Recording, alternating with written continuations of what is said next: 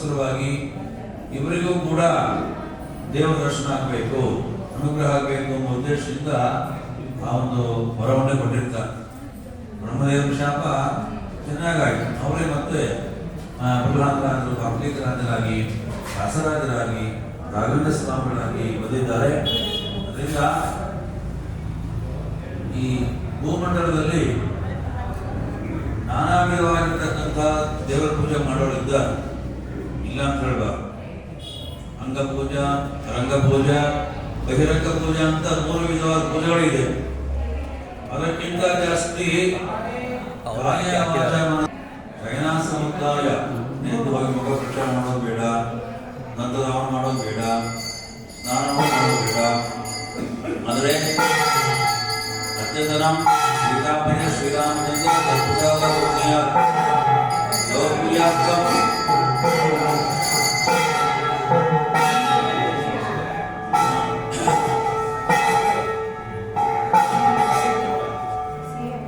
ಪ್ರಾತಃಕಾಲದಿಂದ ಸಾಯಂಕಾಲವರೆಗೆ ನನ್ನ ಪೂಜೆಗಿರ್ತೇನೆ ಅಂತ ಸಂಕಲ್ಪವನ್ನು ಹೇಳಿದ್ದಾರೆ.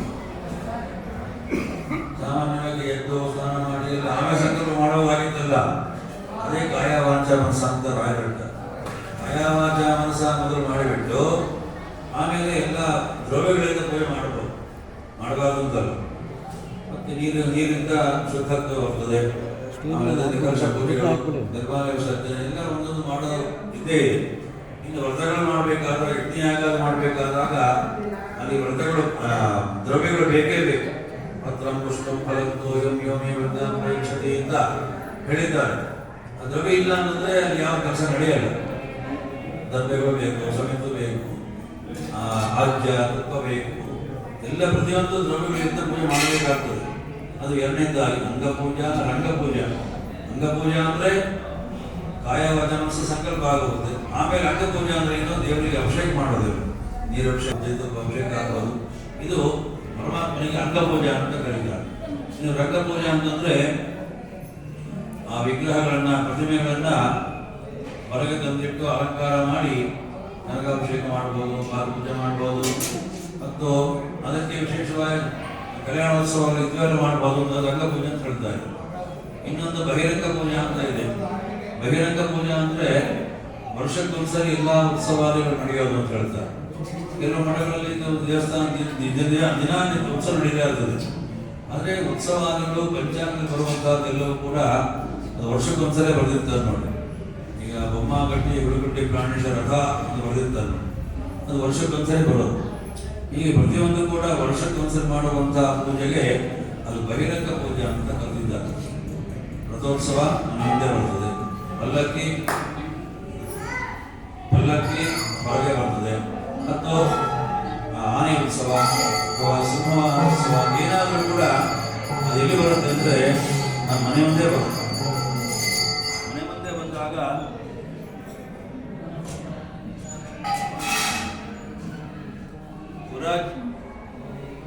ನಮಗೆ ಅವಕಾಶವನ್ನು ಕೊಡ್ತಾ ಇದ್ದಾರೆ. ಅಂಗಪೂಜಾ, ರಂಗಪೂಜಾ, ಬಹಿರಂಗ ಪೂಜಾ ಅಂತ ಹೇಳಿ 3 ವಿಧವಾದ ಪೂಜೆಯನ್ನು ಮಾಡಿ, ಕೆಲವು ಕಡೆ ದ್ರವ್ಯಗಳಿಂದ ಪೂಜೆ ಮಾಡಬೇಕಾದಾಗ ದ್ರವ್ಯಗಳಿಂದ ಪೂಜೆ ಗೌರ್ಮೆಂಟ್ ಏನು ಮಾಡಿಬಿಡ್ತದೆ.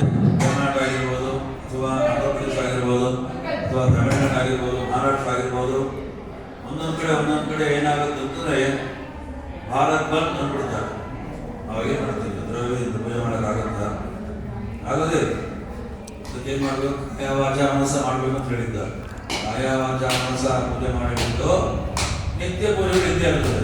ಕೆಲವರು ಅವಸರ ಪೂಜೆ ಮಾಡೋದಿದೆ, ಕೆಲವರು ನಿಧಾನ ಪೂಜೆ ಮಾಡೋರಿದ್ದಾರೆ, 1 ಗಂಟೆ ಪೂಜೆ ಮಾಡೋರಿದ್ದಾರೆ, 2 ಗಂಟೆ ಪೂಜೆ ಮಾಡಿರ್ತಾರೆ, 3 ಗಂಟೆ ಪೂಜೆ ಮಾಡಿರ್ತಾರೆ. ಅದ್ರ ಮೇಲೆ ಇಲ್ಲ ಅಂತ ಅನ್ಕೊಂತೇನೆ. ಒಬ್ರು ಯಾರೋ ಒಂದೇ ಅವಸರ ನೋಡಿದ್ದೆ, ಇದ್ದಾರೆ ಗೊತ್ತಿಲ್ಲ ನನಗೆ. ಈಗ 6ಕ್ಕೆ ಸ್ನಾನ ಮಾಡಿ 12ಕ್ಕೆ ಬರ್ಬಾರ್ದು, ಪೆಟ್ಟಿಗೆ ಚಿಕ್ಕದೇ, ಏನು ಜಪ ಮಾಡ್ತಿದ್ರು ನಮ್ಗೆ ಗೊತ್ತಿಲ್ಲ. ನಾವು ದೂರ ಹೇಳ್ಬಾರ್ದು. ಅಂದರೆ 6 ಅವರ್ಸ್ 6 ಗಂಟೆಗಳ ಪೂಜೆ ಮಾಡ್ತಾರೆ. ಈಗ 6 ಗಂಟೆಗಳ ಕಷ್ಟ, 6 ಅವರ್ ಇರೋದೇ ಕಷ್ಟ ಆಗಿದೆ. ಅವರವರು ದೇವರು ಜವಾಬ್ದಾರಿ ಕೊಟ್ಬಿಟ್ಟಿರ್ತಾರೆ ನೋಡಿ. ಆ ಜವಾಬ್ದಾರಿಯಿಂದ ಸಂಸಾರ ಮಾಡಬೇಕು, ದೇವರ ಪೂಜೆ ಮಾಡಬೇಕು.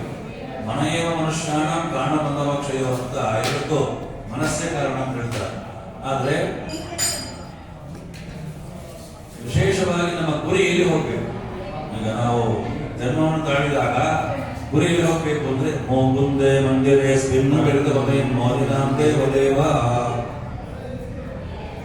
ನವರಾತ್ರಿಗಳು ಬರೋದು 3. ಸಪ್ತಾಹ ಅಂತ ಒಂದೇ ಹೇಳಿದ್ದಾರೆ. ಸಪ್ತಾಹ ಒಂದೇ. ಯಾವ ಸಪ್ತಾಹ?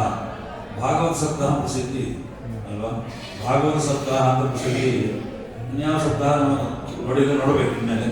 ಆದ್ರೆ ಈಗ ಬಂದಿರತಕ್ಕಂಥದ್ದು ರಾಘವೇಂದ್ರ ಪ್ರಸಾದ ಸಪ್ತಾಹ ಅಂತ ಇಲ್ಲಿ ಬರ್ತದೆ. ಅಂದ್ರೆ ಭಾಗವತೋತ್ತಮರಾಗಿರ್ತಕ್ಕಂಥ ಪ್ರಹ್ಲಾದರಾಜರ ಚರಿತ್ರೆಗಳು ಅವ್ರು ಮಾಡಿದ್ದಾರೆ.